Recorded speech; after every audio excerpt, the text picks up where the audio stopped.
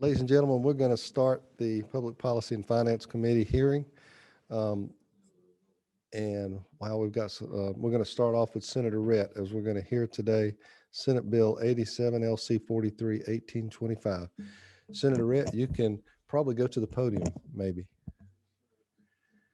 And thank all of you for coming. Oh, let's drop. How do we do?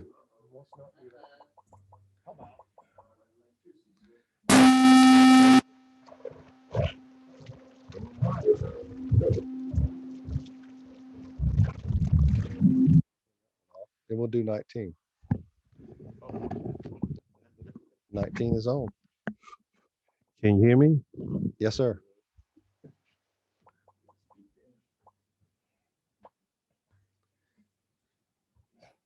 And Testing. you're good, Senator. Thank you, Mr. Chair and fellow guests and members. I'm Senator Rhett. Everybody calls me Doc, except when they get mad at me, they call me a child of God, but that's another story. But I'm here today to talk with you about Senate Bill 87, otherwise known as the Senator Jack Hill Veterans Act. Basically, with this bill here, Senator Jack Hill and I, we've worked on this bill probably for about 3 years, perfecting it. And, it's interesting. You never know what happens with your actions. And the night before he passed away, we were talking on the phone, working on this bill. Then the next morning I woke up and I found out he had passed away. And then it dawned on me to name this bill after the late senator. Basically, what this bill does in a nutshell is it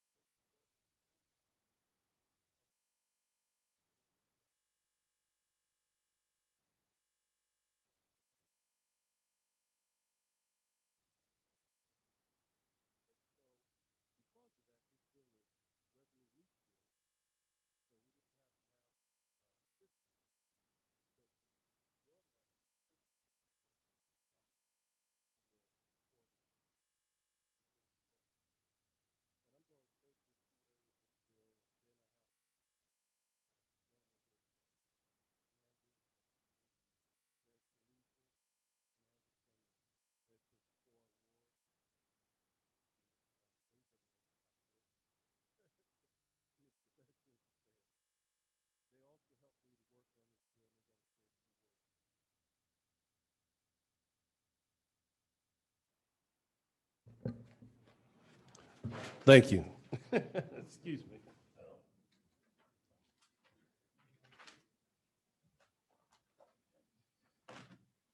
It's good to see my knees are still flexible. I had both of them replaced the last 2 years. So it's a blessing. So basically, also I want to thank Mr. Blake over there, Travis from legal counsel. He helped me work on this bill. And also I want to thank Mr. Mason Rainey from the Department of Revenue.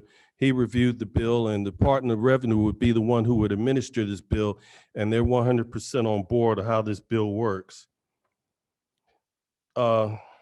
Basically, for an organization to qualify, they have to have a track record of 5 years in existence with a 501c of 3 to 5 years, where at least 90% of the money spent is spent on what it's raised for and not for admin or any other programs. And the Department of Revenue will monitor that, which they already do for a couple other programs that whose funding source are similar to what we're doing now. Basically, it defines veterans with a disability based on what the VA defines it. So that's how we define veterans. And then it talks about in the bill how it will be a checkoff on your state income tax refund where you can decide if you want to donate $1 to help disabled veterans.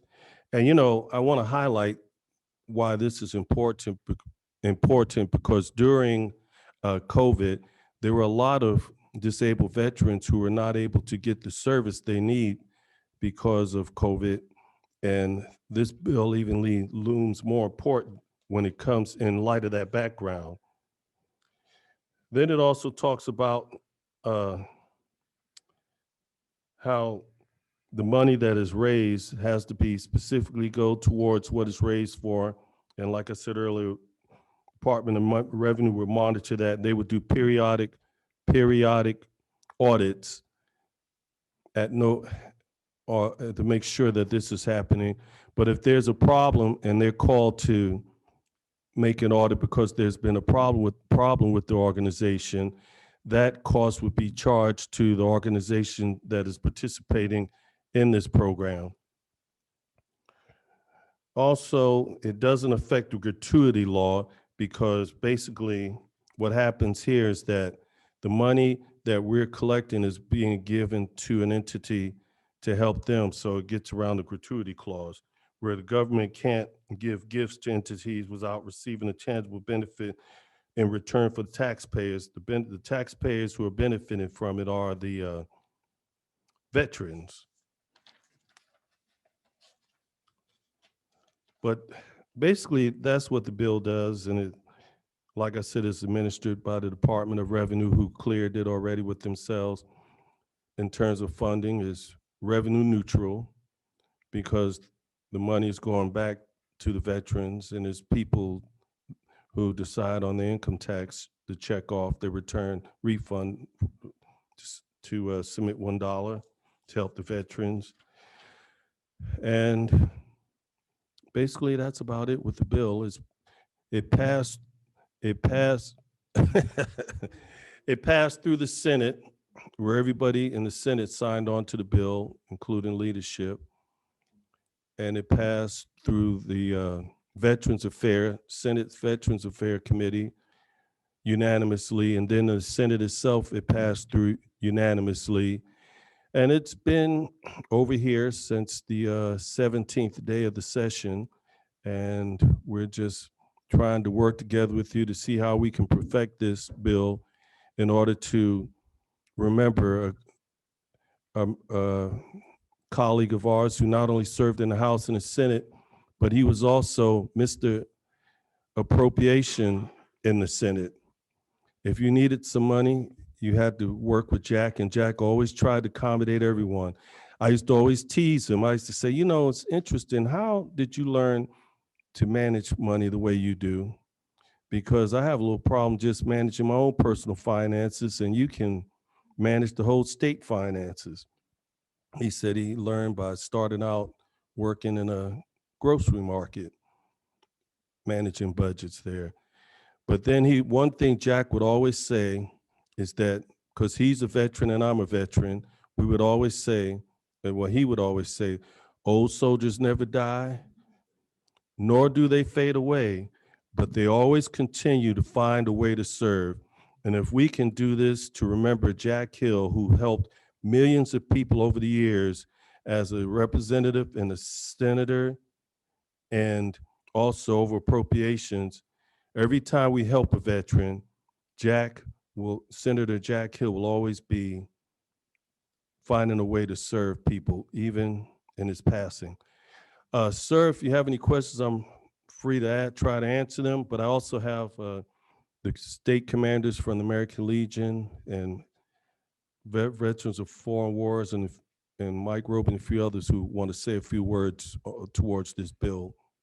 Thank you. Thank you very much, Senator. And of course, we all miss Jack Hill tremendously. He was, I knew him as I think he was a colonel in the the Air Guard there at the 165th, and we miss him tremendously. He was always an amazing man. Chairman. Thank you so much for bringing this bill, and it's something that would honor Jack, but I think he would be so pleased to know that he was doing something for veterans because it meant so much to him and disabled veterans. but, it looks like you've cut, now, would this go, one other question, what organization, would this go to the, like, American Legion or the, Veterans of Foreign War? Is that the type of organization this would go to, or? uh, Yes and no. Basically, the organization has to have a 501c and a history of helping veterans. And where 90% of their money actually go towards helping veterans and not to administrative or Okay. fundraising Well, causes. I live in South Georgia. What can you, if I wanted to refer a disabled veteran to this, give me an example in South Georgia that I would go to. Do you have, They can go to the service officers at the, and so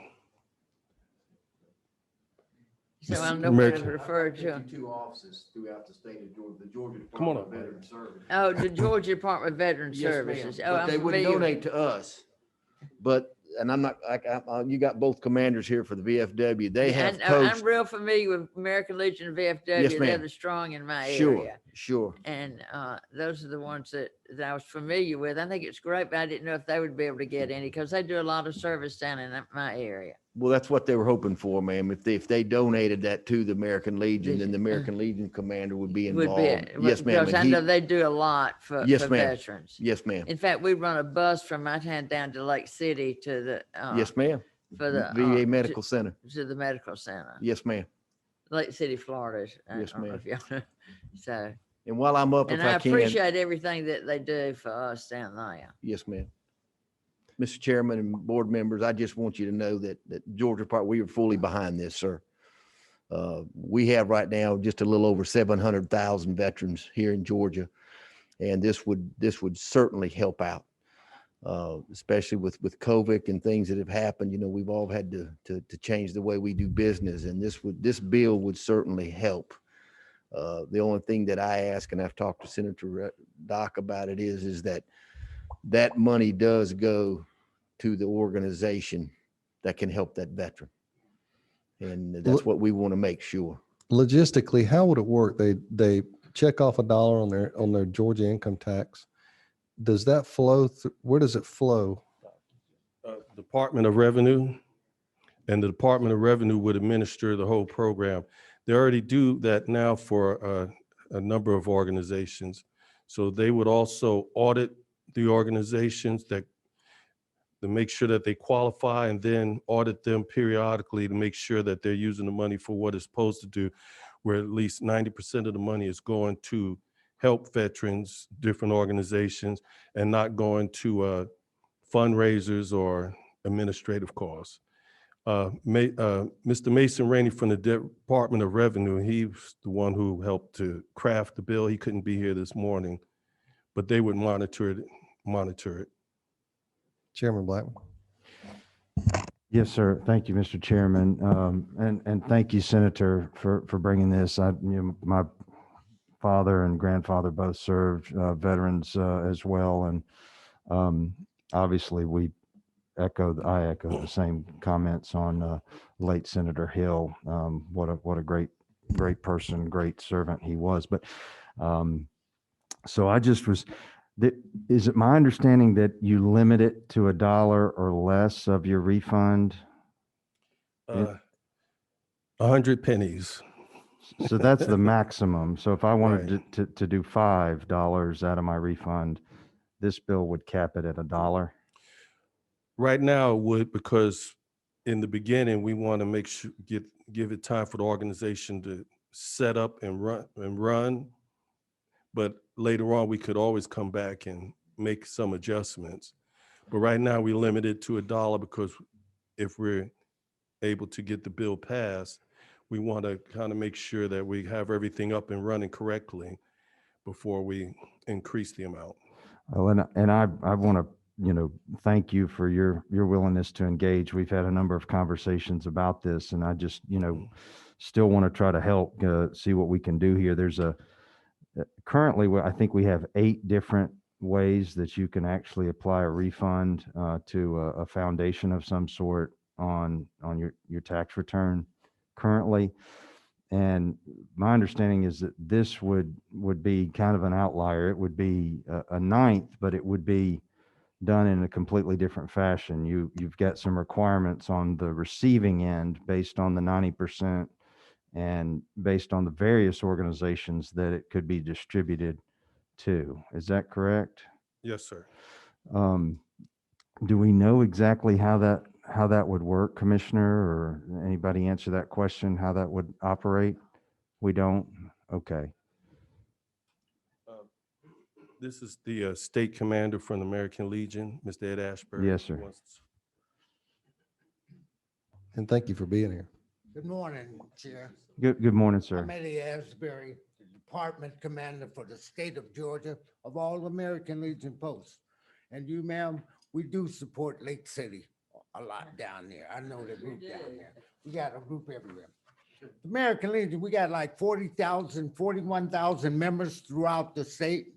And we do help veterans that's disabled.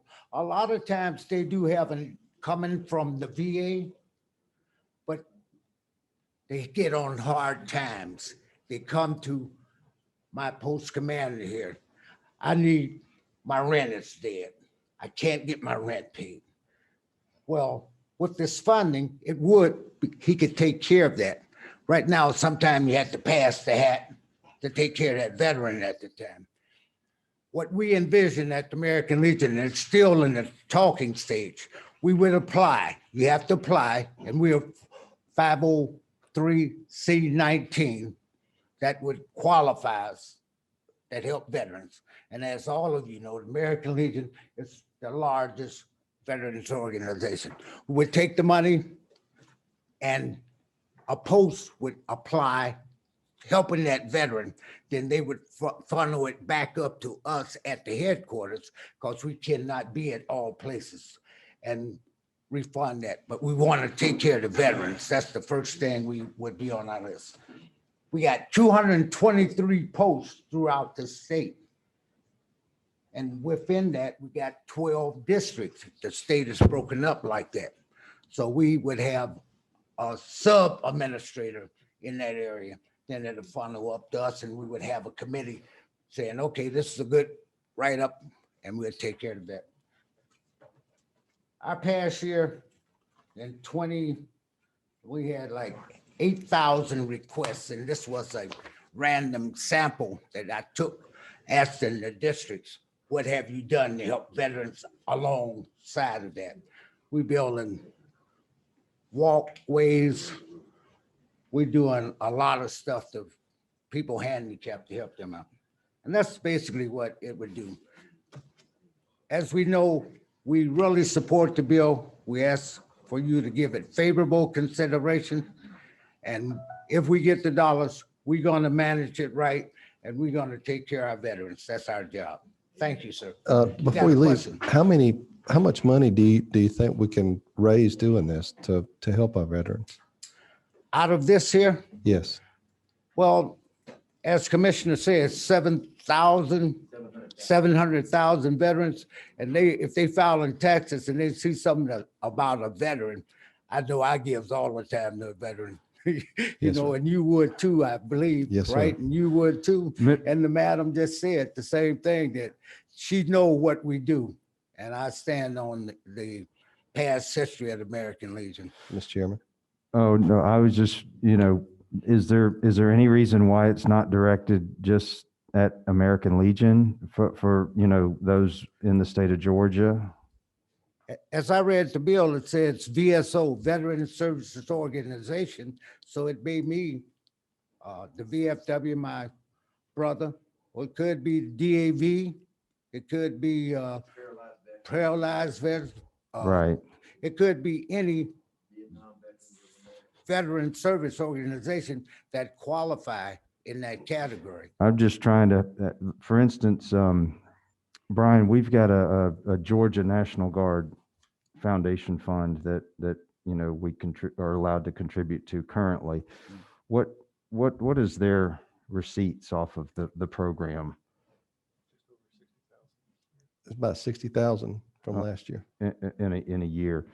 So that's what currently is being given to the National Guard Foundation. And I guess I'm just thinking if we were to distribute that among 4 or 5 different or more organizations, it limits what you can do. Now, certainly impact. you could, yes, sir, the impact, and you could certainly get, it could be more. I'm not suggesting that it couldn't be. I'm just, giving a for instance. So, want to work with you to make this bill work. I think we just want to understand logistically how to implement it and how to get the dollars in a position where they can make the greatest impact for, any wounded or veterans out there. Correct. Thank you, sir. Yes, sir. Thank you. Thank Any you more very questions? much. No, Thank you sir. for your service and thank you for being here today. I'm Thank sorry, you. Mr. Chairman. No, sir, thank you. Uh, Certainly. I just have a question. From what I heard, the money's been administered by the Department of Revenue, right? How would the American Legion or the DW, the DAB, would they have to request the money from the Department of Revenue to get it? How would these different organizations get the money from the Department of Revenue?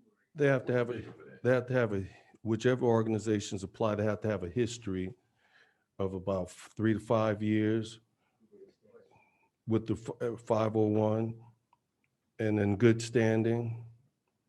That's how they would qualify. And then when they're audited, that they've used their money, 90% of the money to help what it's intended for. Yeah, I understand that, but initially, how would they get it? The Department of Revenue got it. Oh, they What is apply the bigger for the American Legion to get some of it? What's the big? annually. Everybody, you'd have to apply for it. Annually. Mhm. I got it. Right. Did you?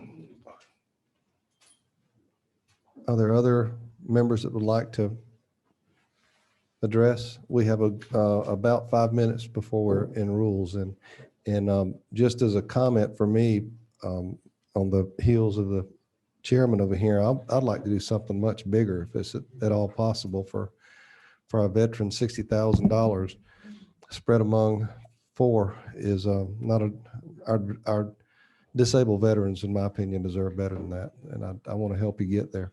So anyway, yes, sir, please. Hello, I'm Joe Willis. I'm the state commander for the Veterans of Foreign Wars. I am not the largest organization, but we're the combat organization. We're the combat organization over 100 years old. And what I'm here to basically speak about for my comrades and for the commissioners is to tell you about the first responders. The great state of Georgia has always had the opportunity to have first responders, meaning Army, Navy, Air Force, Marines, veterans. And we've always made that call. And in that call, sometimes we had to leave family. That call, sometimes we've been put in positions where we might need additional fundings to off guard. One of the things that we fail to speak about sometimes is when they come back or on the way there, that some of our veterans do have disabilities. That's restricting them, or homelessness, or they had to lose a job, or things of that nature. I think this bill will help not offset, but assist the veterans and let the great state of Georgia know that the commissioners and the state of Georgia is there to assist them in the time of need. We have 6 major organizations, service organizations in the state of Georgia. They call it the Big 6. And that's because of the numbers, but we have one thing in unity, and that's taking care of veterans. And that's taking care of veterans. So regardless what organization they go to, what we're there to do is to help and to take care of the veterans. And I think if this bill comes to fruition, That's exactly what it's going to do. And it's going to help us remain one of the greatest states there are by taking care of our veterans.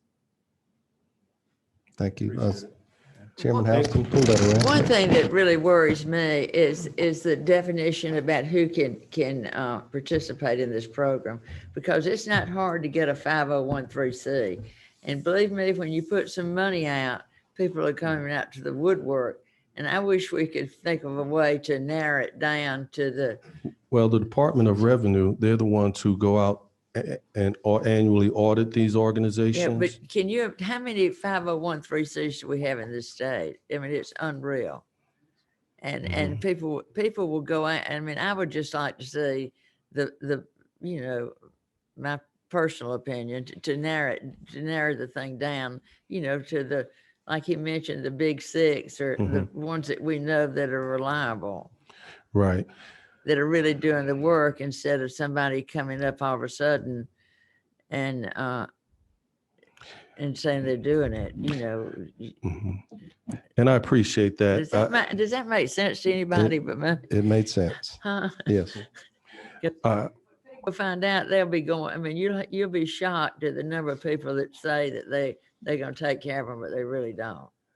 But yeah, appreciate that. That's why we tried to craft the bill, but we're open for suggestions. Yeah, But I just want to, I know you all have a time, but just in closing, we met with the governor earlier this year, Yeah. his office. Oh, and I they- think I'm just trying to look out for you. Mhm. That's all I'm trying Right. to do. Because, you know, it's all about follow the money for a lot of people. Right. But I was just, and I agree with you. I was just saying in And if we could closing. get I don't know who the big six are, but if we could narrow it down. Right. But I was just I gonna. just think of two. Madam Chair, just real quick, I know you're limited for time. When we say 700,000 veterans, that's 700,000 veterans that are registered with the VA. Okay? We have many veterans out here that are not registered with the VA. We also have our Guard, we've got active duty. We estimate in Georgia right now, it's right at 1.8 million veterans in Georgia. But I just want to clarify that 700,000 are the ones that are actually registered with the VA. Okay? We have a lot of veterans in the service organizations that are not drawing benefits from the VA, but they are disabled and they are a veteran. So Thank you. when you take the Guard, yes, sir. For the Thank y'all for clarification. your time. No. Yes, ma'am. Absolutely. And I appreciate the opportunity to present. As he said, you're looking at least $1 million from people donating. And I think the way we crafted it to be on the tax return fund is different than if you have Georgia National Guard Foundation, or if you have Support Disabled Veterans. People can actually see what the money's going towards. And I just want to say in closing, we did meet with the governor earlier, and their office is in support of this bill, and we're open to work with you to try and find something to not only honor Jack Hill, but enable him to continue to keep contributing to helping veterans across Georgia. Thank you, Senator Rhett. And as we come to our close of our hearing here today, I want to ask you a favor, if I may. We've got a law in Georgia that allows World War II veterans, Korean vets, and Vietnam vets to get their real high school diploma, if they left school to go serve. If you could help me with any of those names, I would like to get them or their families, their diploma. If there are no other questions, we will adjourn the meeting, and I'm honored that you guys blessed us today, and we will adjourn.